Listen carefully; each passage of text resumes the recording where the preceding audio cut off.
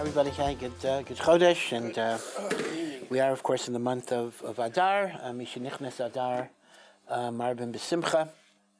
Somebody told me, in the name of Chaim Kanevsky, that since the Gemara says that Simcha always requires Basar and Yayin, as we find by Yom Tif, so every single day of the month of Adar, not just on Purim, one is mechuyev to drink a little bit of wine. Because if it says you increase your simcha, that would also mean you go up in drinking every day. Day 1 is 1 cup, day 2, 2 cup, marbim b'simcha. No, you're not, even on Purim, you're not truly meant to be drunk, but a certain state of... It's hard enough to go totally drunk. Well, it is. That is a whole issue. The issue, particularly. Yeah, but the Rama says you fall asleep, or there are ways out of that. But either way, Chazal have a concept that inebriation brings out the inner personality of a person. That's the phrase, nichnas yayin yatsa sod. So if you've ever seen a great person get a little intoxicated, so much Torah comes out, and Ruchnias comes out, and spirituality comes out, and there's kind of an inspirational aura. But when you have somebody who doesn't have a lot inside, unfortunately, not such good things come out. So one has to be careful in terms of what they are able to reveal, what they should reveal, and what is there to be revealed. But anyway, what I wanted to talk about tonight is a little bit of a departure from the Parsha of the week, and I want to focus on the special Torah readings. We have, before Pesach, 4 special Torah readings as the maftir. And last Shabbos was the first of the 4, and it's really a precursor to the month of Adar, as it literally was. And this is the Parsha of Shekalim, the Parsha dealing with the mitzvah of giving a half shekel. And this was a mitzvah to support the Beis HaMikdash, essentially. The Beis HaMikdash, the Mishkan, and later the Beis HaMikdash, had a budget. And the budget was necessary to buy animals for sacrifices, buy incense, buy oil, buy wine. It cost money. The Beis HaMikdash didn't always get it for free. But these korbanos had to be publicly funded. You could not have, like a yeshiva has, the supporter of the day. It had to come from publicly collected money. And this was based on a tax, an annual tax of a half shekel. Now, a half shekel was much, much more. It was not the half, a half NIS, half shach, whatever it would be.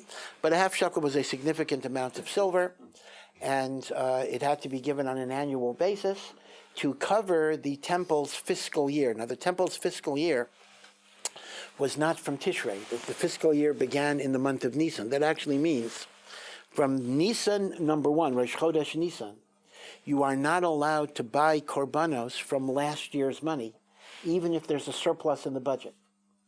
In fact, the Mishnah has all sorts of rules regarding what do you do with surpluses, if any. But the korbanos of the year have to be purchased from shkalim that were collected for that year. Now, that would mean, by definition, by Rosh Chodesh Nisan already, you already have to have some newly collected money to cover the korbanos until other people paid. So as a result, the Mishnah says that we began to announce and collect shkalim 1 month before the Nisan deadline. So by the time we would have Rosh Chodesh Nisan, we would already have new shkalim.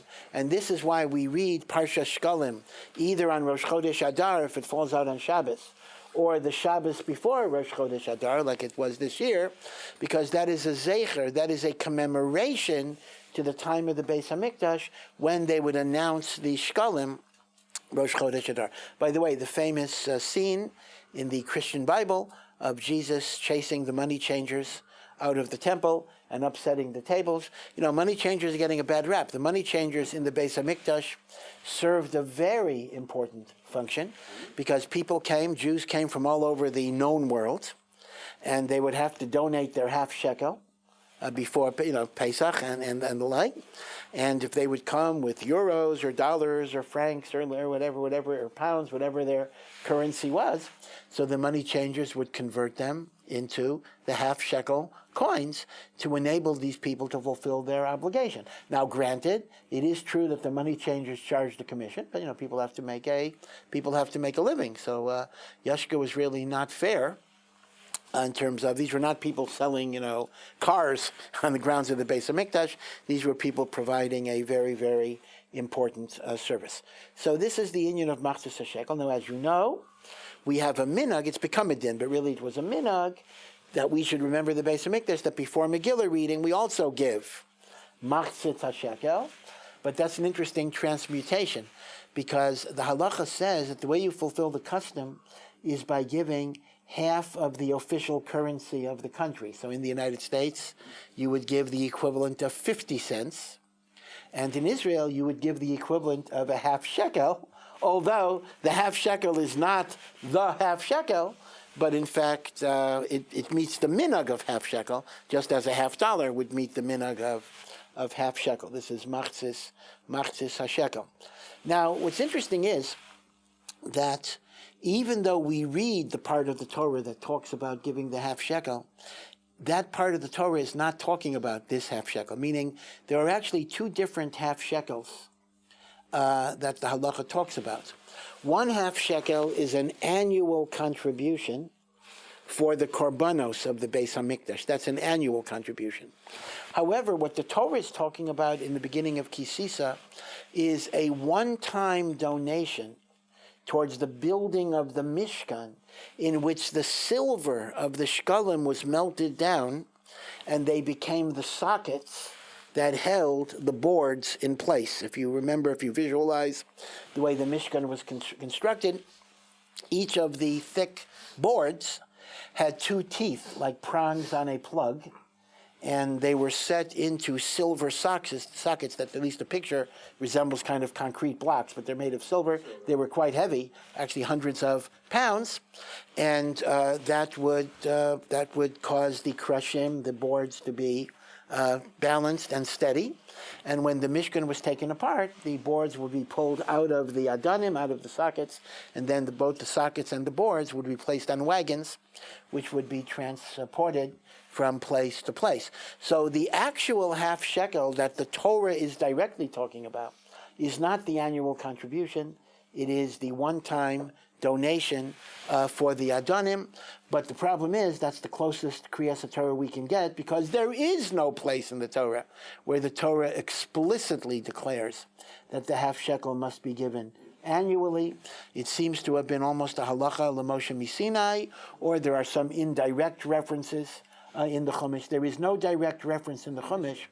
The Mishnah, yes, the whole Maseches, there's a whole tractate, Maseches Shkalim, but there is no direct, explicit mention in the Torah of such an annual contribution. Now, I want to go back to an interesting passage in the Gemara. If you remember Megillas Esther, so we can take liberty, we're already in the month of Adar, we can talk about Megillas Esther. So Haman goes to King Achashverosh, and Haman wants to convince Achashverosh that there's this worthless, shiftless nation in the middle of his empire that does nothing and contributes nothing and is a source of perennial trouble, and we might as well get rid of them, right? If you remember the way Haman presents his case, Yeshno Amecha, there is this nation, Mefozer, Meforid Ben Amim, they're scattered, so they're not concentrated, they don't have a power base. But Dasayim Shonos Mikolam, their laws, their practices are different than every other nation. They don't obey the king's law. And it's not worth the king's time or inconvenience to even bother to keep them. Again, it's amazing how cavalierly you can discuss genocide. I mean, Haman is just saying, who cares about them? Just get rid of them. The Gemara says that Haman was a big expert in kind of making the Jews look bad. He was making the point, every time you ask a Jew to do something, he has a Shabbos or a Yom Tov coming up, Shabbos Hayom, Pesach Hayom, and then he used, which, actually has some truth to it. Probably in Eretz Yisrael, we forget about that now because Baruch Hashem, our calendars are so attuned to the Yom Tovim, but those who come from the diaspora, surely remember the difficulties around September and October every year when it was, cancellation after cancellation after cancellation. This is what Haman is saying. Every time he asks you to do something, he has some excuse. In a way, it is so astounding because the accusations, so to speak, seem to be relatively trivial And even so, Achashverosh is going along with it. It's hard to understand. I mean, Hitler at least tried to make a case. This is not even a case. And yet, Achashverosh is such a willing accomplice that he says, sure, go ahead and do what you want. Now, the Gemara mentions, too, that Haman brought up other halachos, that he tells Achashverosh, listen, Achashverosh, if you, the king, touch their wine, they're going to have to throw it out. Which is true, right? A non-Jew touches the wine, treif. If a fly falls into their wine, they'll remove the fly. I'm not sure if everybody would do that, but they'll remove the fly and drink the wine. It says, you're worse than an insect in the eyes of the Jews. An insect they'll throw away and drink the wine. You touch the wine, it's totally repulsive. Okay, so be it as it may, Haman thought he would have to pay for this privilege. So he brought a huge amount of silver. Aseres alafim kikar kesef. 10,000 kikar of kesef. Kikar is translated in English as a talent of silver. The talent itself is around 200 pounds of silver. 10,000 talents of silver. A huge amount of silver. And Achashverosh said, you can keep the silver. I'll let you do it for free. Right? Achashverosh is so charitable in this way. So listen to what the Gemara says. The Gemara in Maseches Megillah quotes a statement from Rav Shimon ben Lakish that says the following: Galui v'yadua. It was known to God, all the way back from the Torah being given, that Haman would try to acquire the right to kill the Jewish people by giving a lot of shkalim. So he gave us the mitzvah of our giving shkalim to counteract or countermand the shkalim of Haman. Our shkalim cancel out his shkalim, and that is why we give our shkalim from Rosh Chodesh Adar, which is before Haman's shkalim, we're buying the right to kill them on Purim. Our shkalim precede what he was trying to buy. Now, this is what Reish Lakish says. The question is, what does that mean? How does first of all, Haman is long dead. So whatever Haman tried to get with his shkalim, that's gone. And second of all, how does our shkalim have anything to do with his shkalim? And why do we still need to give our shkalim to countermand his shkalim? What is the concept of our shkalim countermand his shkalim? Right? What is the meaning of that association? It's not a counter bribe to Achashverosh. So here, a mahalach that some Meforshim have is the following. It's yadua, it's a very well-known idea, that Megillas Esther is perhaps, you'll see in a second, there may be one other exception, the only book in Tanakh that does not mention the name of God. It's very, very quite amazing that you have a book in the Kisvei HaKodesh in which the Shem Hashem is not mentioned explicitly. Now I say there may be one other exception, depending on how you punctuate a word, that is Shir HaShirim, the Song of Songs, which on one hand is the way Chazal understand it, is a passionate metaphor for the divine love that God has for the Jewish people and the love that the Jewish people have for God. And yet the name of Hashem, a Yud Kei Vav Kei, or some name of God that you wouldn't be able to pronounce normally, is actually not in Shir HaShirim, but it depends, because at the very end of Shir HaShirim, it talks about love is like a fire that even the most torrential waters cannot extinguish. And it says it is shalhavesya. Shalhavesya. So there is a machlokas both in the Gemara and among Mefarshim. If shalhavesya is two words or one word, if it's two words, you actually read it shalhevet ka, the burning torch of God, in which case you do have God's name. Others say shalhavesya is simply one word, and it's simply a poetic elongation of the word shalhevet. So in Shir HaShirim, we have a bit of a machlokas, is Hashem's name mentioned. But in the book of Esther, it's not. Now, interestingly enough, you know the Septuagint. Septuagint was the translation of the Torah into Greek that was commissioned around 300 BCE. And if you recall, Chazal considered that to be a sad time because you're making the Torah accessible to the Gentiles. On the other hand, Philo of Alexandria, who was the leading Jewish leader of that community, a great philosopher as well, he considered that to be a holiday, and he actually records a tradition that the Jews of Alexandria celebrated as a Yom Tov, so to speak, the day that the Septuagint was completed. It's interesting that in Eretz Yisrael, our Chazal regarded it as a tragedy. In Alexandria, it was considered to be a great simcha. But be it as it may, although the original Septuagint only covered the Torah, Chamisha Chumshei Torah, but later there were augmentations. Right now, the Septuagint covers the entire Old Testament. But what's interesting is that there are some additions, meaning to say that the Septuagint has some hosafot, a few hosafot that do not appear, and some of them are in the Apocrypha. And interestingly enough, there are some additions to the book of Esther that do not appear in the canonical text. And fascinatingly enough, although one might have suspected the Septuagint and the Apocrypha to have chalokim that are less religious in orientation, their additions to the book of Esther involve Esther's prayers to Hashem, and they put in Hashem's name many, many times. You would think that that should give it authenticity, and yet our Chachamim took the opposite point, that the book of Esther specifically does not mention the name of God, and those later editions were trying to make it look more religious, as it were, but in fact it was not authentic.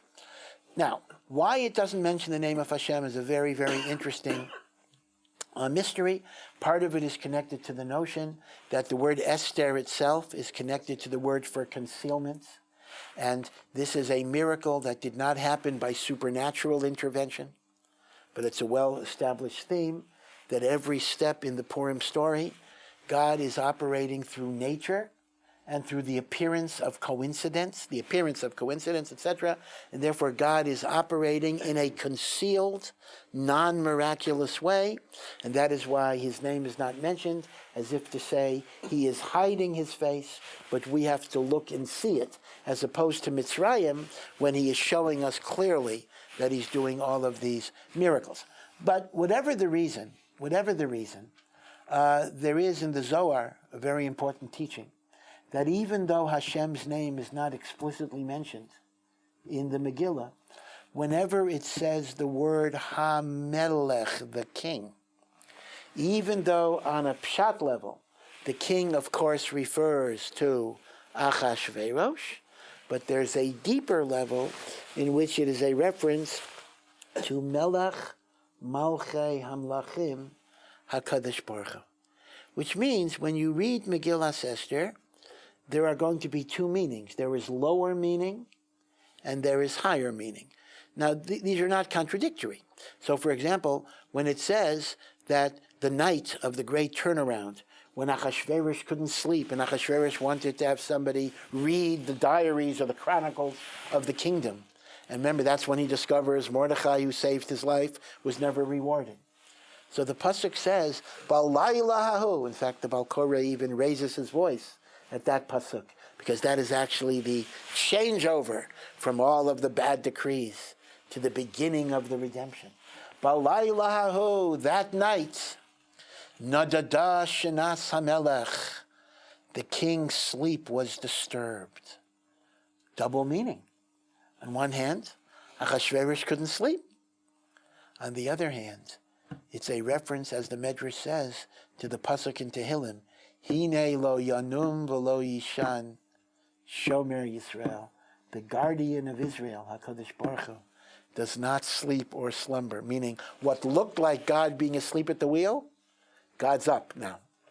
Right? So that double meaning permeates every aspect of Megillas Esther. So now, when we have a conversation, the Melech, or Haman, said to the Melech. Haman said to the Melech. That conversation needs to be analyzed on two levels. The lower level is the flesh and blood anti-Semitic prime minister, Haman, is trying to make a case for the eradication of this troublesome people to the flesh and blood King Achashverosh. Right? That's simple. But the secondary meaning, or the higher meaning, actually is that the heavenly power that Haman represents, the koach of Amalek in Shamayim, is making a case against the Jews in Shamayim that they are not worthy of God's redemption. So, let's go further in the conversation and just translate it under both readings. Yeshno am echad mefozar u'meforad bein ha'amim. There is a nation that is mefuzar, that is scattered, and that is separated among the nations. Now, from a human perspective, what does the human Haman mean when he's speaking to the human Achashverosh? He's simply making the point that because the Jews are so dispersed and they're not concentrated in one place, it will be relatively easy, number one, to get rid of them because they won't be able to unify to oppose us. And number two, their absence is not going to make a big difference in the economy because they're not in one place. A Jew here, a Jew here, a Jew here. They're not together enough that their absence would make a difference. That is what human Haman is saying to human Achashverosh. But what is heavenly Haman, Amalek, saying to God? Mefozar meforat. They are disunited. They are consumed with sinat chinam. And therefore they are not worthy of redemption. Because when there is hatred and polarization among the Jews, they are not deserving of divine providence. There's a double entendre here. Mefozer and meforad could be understood as a logistical point, that they're simply not concentrated, but it's also understood in the higher level as a spiritual point, that they are consumed with the sinat chinam. And this is a teaching Chazal have given us in other places as well, that when there is sinat chinam, we are vulnerable to the power of Amalek. Because Amalek, after all, exemplifies sinat chinam. We become victims of sinat chinam to the degree that we practice sinat chinam. Now, there's a very, very famous thought, and people have heard it, I'm sure, many, many times. But I recently discovered the origin. It's actually from the Shalah. It's not a statement of Chazal. It's in the Shnei Luchot Brit. But it's a very, very famous word. Many people say the name of the Baal Shem Tov, but the Shalah was earlier than the Baal Shem Tov. This is Hashem Tzilcha. David HaMelech says, Hashem is your shadow. So the Shalah explains, just as your shadow moves wherever you move, right? I move my hand, so my shadow moves with me. So too, Hashem shadows us. Meaning, Mida Keneged, Chazal call Mida Keneged Mida. And that is, I show Rachamim in love, I receive Rachamim in love. I show hate and polarization, I become a victim of the hate and polarization. Another source to this idea, that this creates vulnerability to Amalek, is an interesting Gemara in Bava Basra. The Gemara in Bava Basra says that Amalek can only be defeated by Rachel's children. Amalek cannot be defeated by Leah's children. And historically, you see that over and over again. The first war against Amalek in the desert was under the leadership of Yehoshua bin Nun from the tribe of Ephraim, who was Yosef, Rachel. It was Shaul HaMelech, the first king of Israel, that was given the commandment to eradicate Amalek, although he did not fulfill it in its entirety. What tribe is Shaul from? Binyamin, who is from Rachel. And when Shaul messed up and didn't kill Agag, Shmuel had to kill Agag, but that's when Haman's ancestor got impregnated and Haman was eventually born. We find that David HaMelech couldn't finish the job. David HaMelech could not finish the job that was entrusted to Shaul, because David is from Shevet Yehuda, which is Leah and not Rachel. The Purim story that represents yet another defeat of Amalek is Mordechai and Esther, who are descendants of Shaul, and Chazal make the point over and over again that they are rectifying the unfinished business that Shaul failed to carry out. And finally, the very enigmatic messianic figure that is known as Mashiach Ben Yosef before there is the ultimate Mashiach Ben David. And we don't know a lot about Mashiach Ben Yossef, but some have posited that Mashiach Ben Yossef is there to defeat the Koach of Amalek, to pave the way for Mashiach Ben David. Is a warrior figure? Well, it does say he will be killed in war. Indeed, that is the statement. He will be killed in war. Now, that doesn't automatically mean he is a soldier, but who knows? He might even have been a private in World War II against the Nazis. It doesn't say he'll necessarily publicize himself. It's not very pleasant for him if he identifies himself as Mashiach Ben Yossef. He knows. Well, it doesn't say. Well, again, it doesn't even say that he identifies himself. It just, it just is. Now, why sometimes the Rachel figure is from Yosef, and sometimes the Rachel figure is from Binyamin, that we don't know. But one consistent thing that you see is it always comes from Rachel and not Leah. And one of the explanations that's given is that Rachel exemplifies the characteristic of selfless love. Because Rachel, knew that Leah would, that Lavan would try to switch wives, and therefore Rachel and Yaakov, you'll recall, devised some hand signals. And Rachel, in order that her sister should not be humiliated, gave her sister the simanim. Of course, people always ask the question, what gives Rachel the right to play with Yaakov? I mean, it's an interesting question. Rachel doesn't want her sister to be ashamed or humiliated or hurt or embarrassed. So she gives her sister the secret code that she had arranged with her future husband Yaakov. Well, it's a wonderful thing to be selfless and giving and caring and compassionate, but Rabbi Soslanter used to have a very famous saying, you can't be a tzaddik on somebody else's cheshbon. In other words, she is tricking Yaakov into marrying the woman that Yaakov doesn't want to marry because she doesn't want her sister to be embarrassed. I mean, does she have the right to do that? Okay, it's a difficult question. One answer might be that Rachel knew that Yaakov would have agreed to this, that Yaakov himself would not have wanted the woman to be humiliated, and therefore, in effect, she's doing what she knows. Had Yaakov been aware of the whole situation, Yaakov himself would have agreed. Okay, it's a good question. It's not the parsha we're talking about, but it's something to think about generally. In fact, it's an important rule in Avodas Hashem generally, that if you want to be more machmer on a certain level, you want to go beyond the halakha because you want a higher level of piety and a higher level of holiness, which on some level might be a wonderful thing. But that's going to be a great, great, great inconvenience to the other partner in your life. One has to be very, very careful whether it's even allowed to take such a step, because you're being a tzaddik by creating enormous inconvenience to somebody else and even pain to somebody else. It could very well be that the sin that you are committing by trying to be more righteous might be much greater than whatever gain you're gaining in your extra righteousness.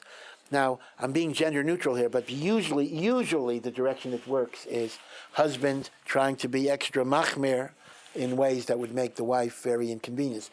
Now, if it works the other way, then the same will be true the other way as well. Yeah. I mean, there are many, many examples. I mean, there are issues of marital intimacy, the issue of showing affection. It might be in terms of what products are allowed in the house. If something is kosher, but you might say, no, we can only have the hashgacha of so-and-so, which would stop the wife from, she has to go, again, it depends on the situation, she has to go 20 miles out of her way to go shopping. Things like that, these types of issues, one has to be very, very careful about. Insisting on certain sneah standards that are way, way beyond the halacha, but, so the wife has to dress in, whatever it is, very heavy, full covering in the middle of the hot summer. These would be the types of things that we are talking about. Of course, l'maisa, the dynamics of tznius are very complicated because sometimes it's the women that are doing crazy things that the husbands don't want. That's a separate parsha. Okay, but be it as it may, going back to the main question, why is it that Amalek is only defeated by Rachel and not Leah?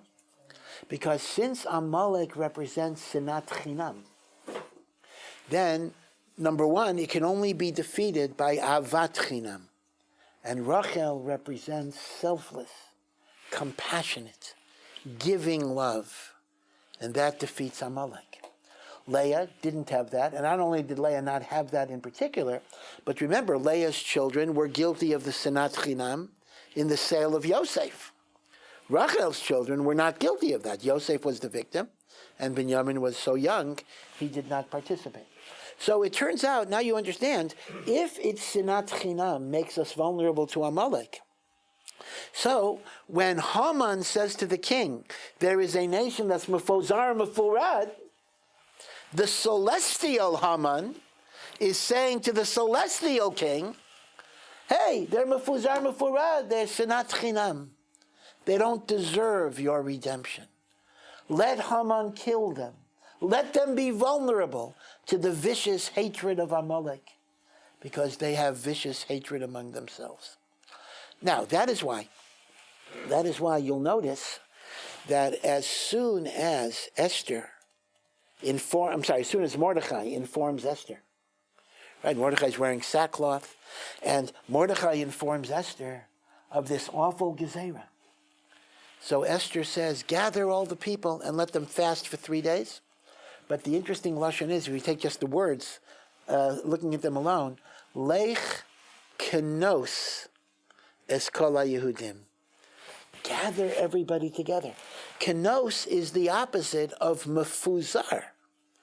If our weakness is we are mefuzar, our tikkun is kenos. Bring them together. This is why Purim has such an emphasis, because Purim is the celebration of the downfall of Amalek. And we were vulnerable to Amalek, at least in part. There are other reasons I'll get to next week, but we're vulnerable in part because of sinat chinam. So when we celebrate the vanquishment of Amalek, we have to celebrate by demonstrating achdus and unity and togetherness. That's why Purim really more than all Chagim, this is an important theme. The Torah itself talks about you have to give pleasure to the widow, to the orphan, to the stranger. That's in the Torah for every Yom Tov. But Purim in particular, mishloach manos. You send food gifts to friends, ish l're'eyu. You support the poor. In fact, ad kedei kach, that it mentions that the reason why the custom is when we send shalach manot, mishloach manot, we use a third party, we use a shaliach. Meaning, instead of me giving shalach manos to you, it's preferable I get a kid or I get another person to give you shalach manos on my behalf. That's called the shaliach. Why do I do that? Because if shalach manos is to be marbe reut, to increase friendship, the more people you get involved in the process, the more it is. Although you have to be careful sometimes with the shalach manos. Sometimes we're giving away the stuff we got, so you have to be careful to remove all the identifying information. Sometimes and it doesn't work. Yeah, and sometimes it resurfaces. What somebody gave you winds up getting back to them via a few, even next year. Okay, all right.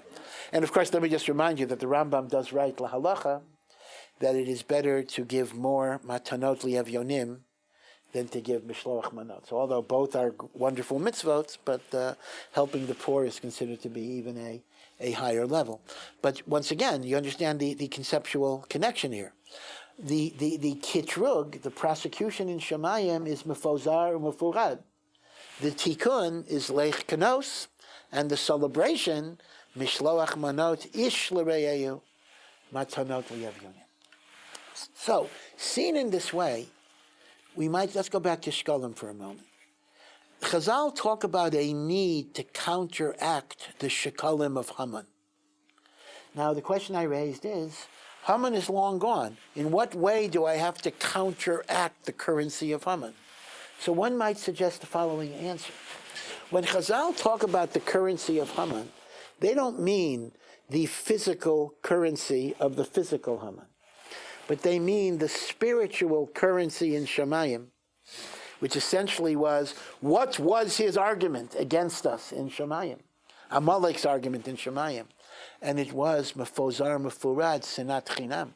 So in a sense, the Shekalim of Haman, in a celestial sense, are still a source of accusation against Am Yisrael, because we still live in a world of Sinat Chinam, and one doesn't even have to prove this, really. Because we live in a world of great divisiveness. I mentioned, I think, a number of times that even in the Israeli press, they have these surveys about the leading problems in Israel. And unfortunately, you could make quite a big list of all sorts of problems, ranging from Iranian nuclear terrorism to the price of cottage cheese and how expensive apartments are. We have many problems and issues. And just walk down King George any day of the week, and there'll be some demonstration about something. It's one of the interesting things about Yerushalayim. There's always a lot of street theater going on. But the thing is that the number one problem that is always mentioned, and this is true whether the respondent is Chiloni, Charedi, Dati Liumi, Chardali, whatever affiliation they have, is that they perceive the lack of achdus, the lack of unity in Am Yisrael. Again, we talked about this a number of times, because there is an intuition that Jews have, that when there is achdus, HaKadosh Baruch Hu protects us. When there's a lack of achdus, we're in great sakana. So, here is the point. The shekalim of Haman that we need protection from are not the silver he wanted to give to Achashverosh, but his currency was the accusation of Mefozer Meforad. Seen in that way, the Gemara is telling us, the mitzvah of Machzit HaShekel counteracts the accusation of Sinat Chinam. How is that so? So now let's go back a little bit and look in more detail the mitzvah of Machzit HaShekel. The Torah says about the mitzvah of Machzit HaShekel the following rule: He'asher lo yarbeh. The rich person cannot give more. Hadal lo yamit. The poor person is not allowed to give less.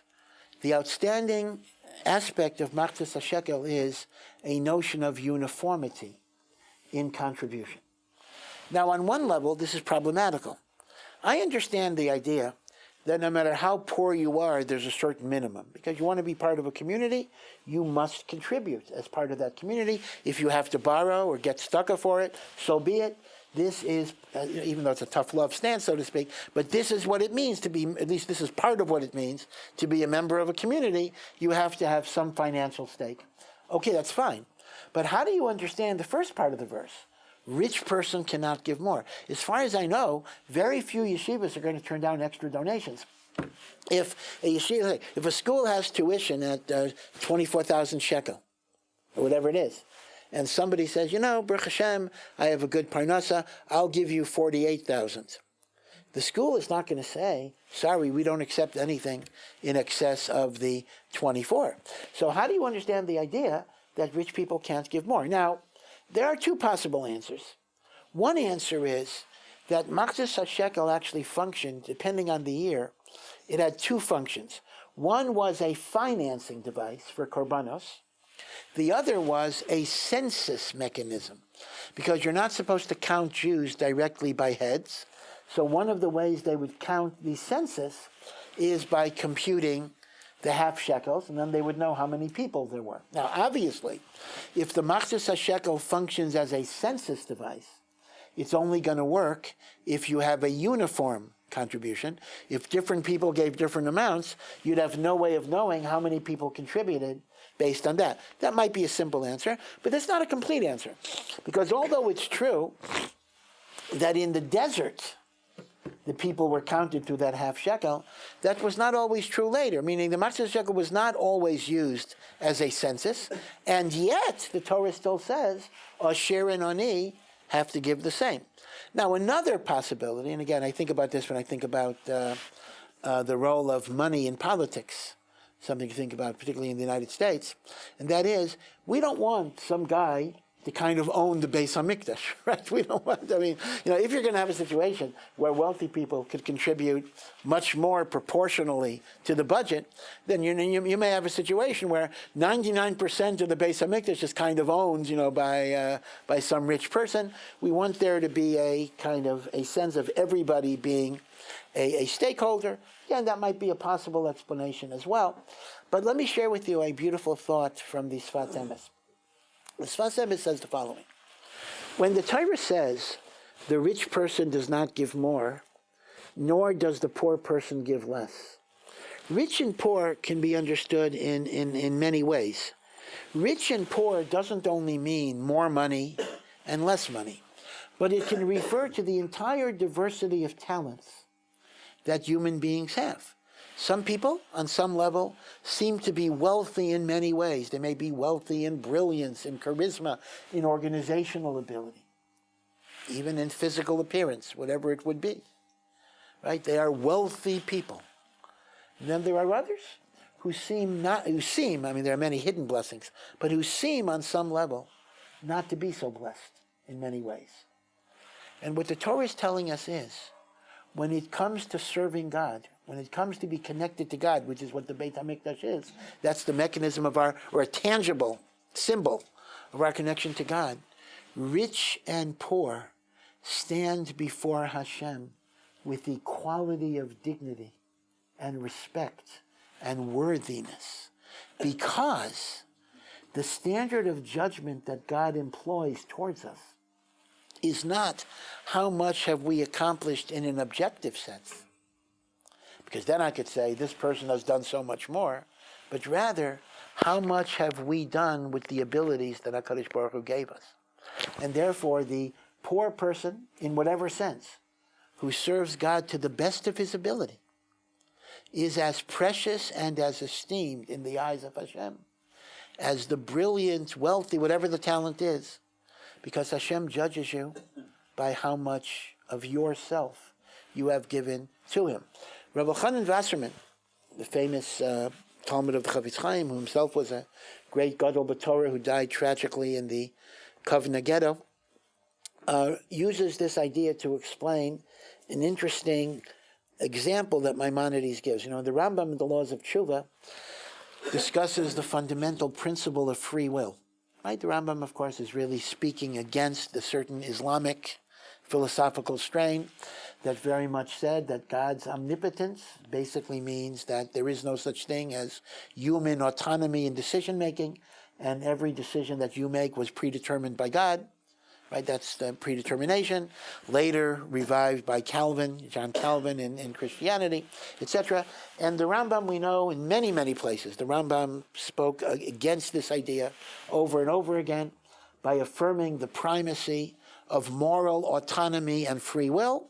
And the Rambam essentially grounds this in a logical argument. The logical argument is, hey, the Torah creates a system of reward and punishment.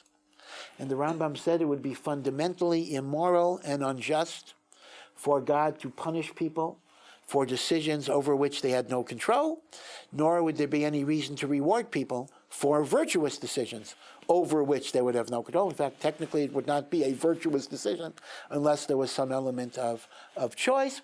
And then the Rambam goes into a lot of textual issues, which maybe I will say for another time, but God hardening Paro's heart, the Rambam has to deal with a number of textual anomalies, which are very important questions.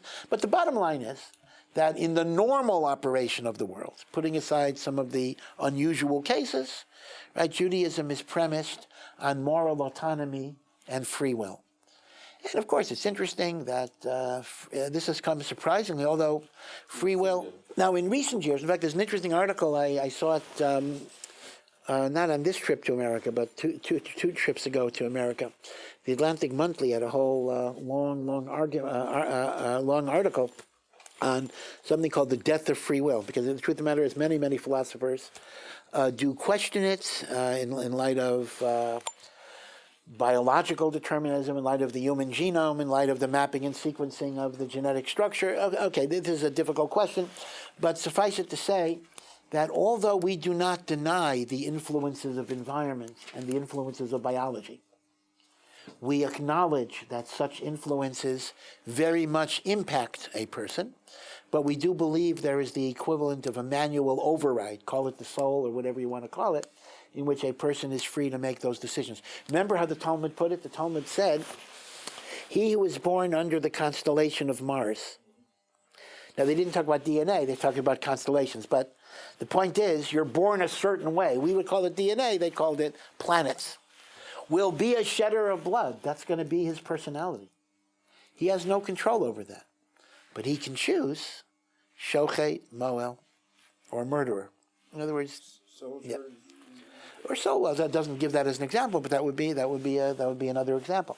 So be it as it may, though, Rabbi Chanan really focuses on what might be a peripheral point. When the Rambam discusses Bechira, the Rambam has the following lashon: every person can be as righteous as Moshe Rabbeinu, or as evil as Yeravam ben Nevat, who was the first king of the 10 tribes. Now, Rabbi Chanan says, wait a second here. Even if I accept the Rambam free will, yes, okay, everything's wonderful. You can be a tzaddik. Everybody can be a tzaddik, no matter what your background, no matter what your environment, no matter what your genetics. Okay. But let's be real. Can you realistically tell a person, you can be as great as Moshe Rabbeinu, the greatest of all the prophets? The person that whom the Torah says there will never be a prophet like Moshe? So Rabbi Chanan Wasserman explains it this way, and he quotes a commentary of the Radak in the beginning of Sefer Yehoshua, Rav David Kimchi. Moshe is called in the beginning of Sefer Yehoshua Eved Hashem, the servant of God. Why is he called Eved Hashem? So the Radak says this is reminiscent of the halacha Mashekana Eved. Whatever a slave acquires belongs to his master. If a slave finds a diamond watch, of course if he doesn't report it, nobody knows, but technically, if he finds this watch, and this watch has no identification, so let's assume you're allowed to keep it, whatever the halacha would be, it doesn't belong to him, it belongs to his master. Moshe is called Eved Hashem, because every single talent he had, he gave to God. So, Rabbi Chanan Wasserman says, this is what the Rambam means when the Rambam says, every one of us can be like Moshe Rabbeinu. Moshe Rabbeinu's talents were far greater than any of our talents. But just as whatever he was, he gave to God, we can be like Moshe in whatever we give to God. Now, this is a great message of encouragement in life, because far too often we look at other people and we see abilities, we see talents. Again, perhaps we're blind to our own talents. But we look at other people and say, if only I could do this or this and this and this and this. But if one understands that just as like marathon runners say, they are not competing against other runners. They are just competing against themselves. So too in the race of life, to accomplish, to serve God, we take the talents that God gave us and we use them in the best way that we can. And that is the meaning of Machzis HaShekel. The rich and the poor stand with equal dignity before Hashem as long as they do the best with what they have. And in fact, the opposite may be the case. The person with less, who does more with what he has than the person that's a greater, is held in greater esteem. An example that some Mefarshim give is, let's imagine you have a very brilliant person who could learn 100 daf of Gemara a day. And he only does 50, which is a tremendous, tremendous amount. He does 50 blot a day. That means what, he finishes Shas every month, right? But he only does 50 blot a day. He could do 100. And another person takes a week to do a single blot. We might look at the 50 blot a day and say, what an accomplished Talmid Chacham, what a Torah scholar, what a learned person. But in God's book, the guy that does the 1 page a day is greater, because he's giving God, none of us are 100%, but he's giving God closer to 100%. That guy's giving 50%. Okay? Hashem doesn't look at what you accomplish. Hashem looks at how much of yourself you've given to him. So, this is the lesson of Machzis HaShekel. Machzis HaShekel, in other words, now you understand it. The Shekalim of Haman are sinas chinam, polarization. Polarization often comes from jealousy. It often comes from begrudging the accomplishments of others, because it reflects negatively on me. But if Machzis HaShekel teaches us that whether I'm rich or poor, so to speak, I am equally beloved by God based on what I do, then that takes away the jealousy, that takes away the competitiveness, that takes away the idea that your gain is my loss. And it also reminds us that every person has their contribution in life. I remember reading years ago when they still had a space program in the United States. Maybe they're starting it again. So one astronaut was asked, what was he thinking of as the rocket was about to lift off? So he said, well, I'm thinking of the fact that this rocket has something like 100,000 different parts to it, and each part was contributed by the lowest bidder in a competitive bidding. So I'm a little worried about that. But the truth of the matter is we do know that the smallest little part is essential to the mission. In fact, we know that some of the tragic accidents that happened were small things, little screws, heat shields that you could literally buy for $10 that were not properly installed.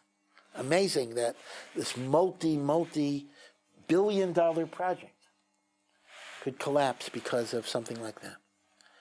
And that reminds us that each and every one of us are necessary for God's job. There's a beautiful story I heard recently about Arturo Toscanini, the very legendary conductor of NBC Orchestra. He was a very famous, really a musical prodigy as well. So there was a reporter who wanted to interview him. And Toscanini said, well, listen, I have to listen to a concert on the radio. I'm not able to be there in person. I cannot be disturbed. I have to concentrate. So the reporter said, I won't say a word. I just want to follow you around. I just want to observe what you do. All right, so he's sitting with Toscanini in front of these old-fashioned big radios. And they're playing some Beethoven concert. And Toscanini obviously has to concentrate very, very carefully. And it goes on for 2 hours. And after the 2 hours, the reporter says, what a beautiful production, fantastic. And Toscanini says, well, there was a violin missing. Now, this is a symphony orchestra of over 100 pieces, and they had 14 violins, and there was only 13. Toscanini, on the radio, was able to hear, there's only 13 violins. One is missing. So the reporter didn't believe this was possible. How are you going to listen to a symphony of 100 pieces and determine that there's one violin that's not there? So he called up the conductor of the orchestra and said, listen, I was with Toscanini last night. I need to know, how many violins do you normally have in the orchestra? He says, well, we have 14. He says, how many were there last night? He says, well, funny that you asked, but right before one of our violinists called in, he got sick, he had food poisoning, he couldn't make it, so we figured we'll do 13, no one's ever going to notice. Okay. Toscanini noticed. So the guy goes back to Toscanini and says, I am absolutely amazed. Like, how could you notice such a thing? It was such a perfect performance otherwise. So Toscanini said, listen, you're a member of the audience. If it sounds good, so it sounds good. You don't really notice every little thing.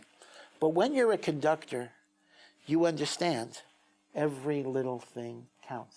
Every little thing makes a difference. It is my job to see the significance of everything. So this is said, was used as a mashal. Hashem is kind of the heavenly conductor of heaven and earth. And every single person, right, has a part. Every single person has a role. Every single person has a unique, irreplaceable contribution that they make to Hashem's plan. And even if we think nobody notices, it's not important, the conductor does notice. And when one of the violins isn't playing correctly, the symphony is going to be a little bit off. And that is what the Gemara means when it says, Machzit HaShekel is the antidote to the Shiklei Haman. The Shiklei Haman represent polarization, jealousy, anger, resentments.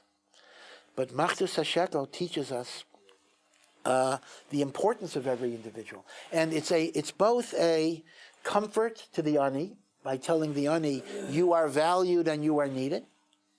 And it's an antidote to the arrogance of the usher, that without the ani, you will not be able to succeed. And therefore, in that way, that's what the Gemara means. Our shkalim counteract and countermand the shkalim of Haman. So it's an important thing, particularly if you have children. I mean, all of us were children once, so perhaps we went through this. But, psychologists have quite properly identified the fact that there are many different types of intelligences in the world. In the Jewish educational setting, we tend to value a particular intelligence, which indeed is a very valuable intelligence. We'll call that in Yiddish a Gemara cup, which is essentially kind of an analytical reasoning process that is based on textual understandings. Right? That's called a Gemara head, right? So that's wonderful. Those are the people that will be honored. Those are the people that will be esteemed. Those are the people that will get recognition. But not everybody has that type of intelligence. That doesn't mean they're dumb, and that doesn't mean they're not accomplished. There are people who have brilliant emotional intelligences. They have empathy. They have understanding. They can sense a person who needs to be comforted and needs to be strengthened. Now, the problem is we don't consider that necessarily a gift all the time, or at least it's not validated as a koach. But that's a tremendous koach that can do so many things. There are people with organizational abilities. There are people with spatial, three-dimensional, spatial visualizations, which is very interesting. It is said that the Maharal of Prague the great Maharal of Prague had a grandson who was not good in Gemara. Now, maybe he had a learning disability. In those days, they didn't diagnose learning disabilities. Maybe he had dyslexia. Who knows what he had? But whatever it was, Gemara just didn't sink into him. He just didn't get it. But he was very gifted with his hands, and he could make models of all sorts of things. So the Maharal had him make models of the Mishkan and the Beis HaMikdash. And as a result, he became very learned in all of the arcane rules about korbanos and the like. But he learned it not through reading texts and analyzing, but through actually taking his hands and architecturally building these models. There are people, you don't meet them so much today because most people are literate today, but even when I was growing up, there were people who were mechanics, like brilliant car mechanics, people who could just, and they didn't even know how to read. They didn't know how to read at all. But they could look at a machine, and are you going to say these are not smart people? These are people that are probably a lot smarter than most lawyers and doctors. But they didn't have that particular aspect of intelligence. So there's a lot in the human diversity of talents that Hashem set up, which are very, very valuable. And again, Machzos HaShekel is reminding us to see every single piece as part of Hashem's beauty and part of Hashem's world. And in that way, we can get beyond the Sinat Chinam that divides us. Yeah. I think not. The truth of the matter is I'm going to have to work out the numbers because 10,000 talents is way, way, way, way, way much more. In fact, it's almost as if this is like until the coming of Mashiach type of thing. Because the talents in the Midbar are only like 100 kikar. The Machzos HaShekel is only 100 talents, right? So this is 10,000 talents. So you're going to have to figure that out, how the number actually works out. But this is kind of the meaning of Machzos HaShekel, and that the rich and the poor stand equally before HaKadosh Baruch Hu. And, schools like to give lip service to this. Teachers will often tell students, it makes no difference, if you know more or know less, the most important thing is the effort you put forth. But on the other hand, the grade is going to commonly be based on how well you did. So, like Mark Twain said about the weather, everybody talks about the weather, but nobody does anything about it. So it's kind of everybody talks about this, but we Lamaisa don't really implement it. But in Shemayim, that's exactly the standard that applies. All right, so I wish you all a good week and a Freiliche Chodesh Adar.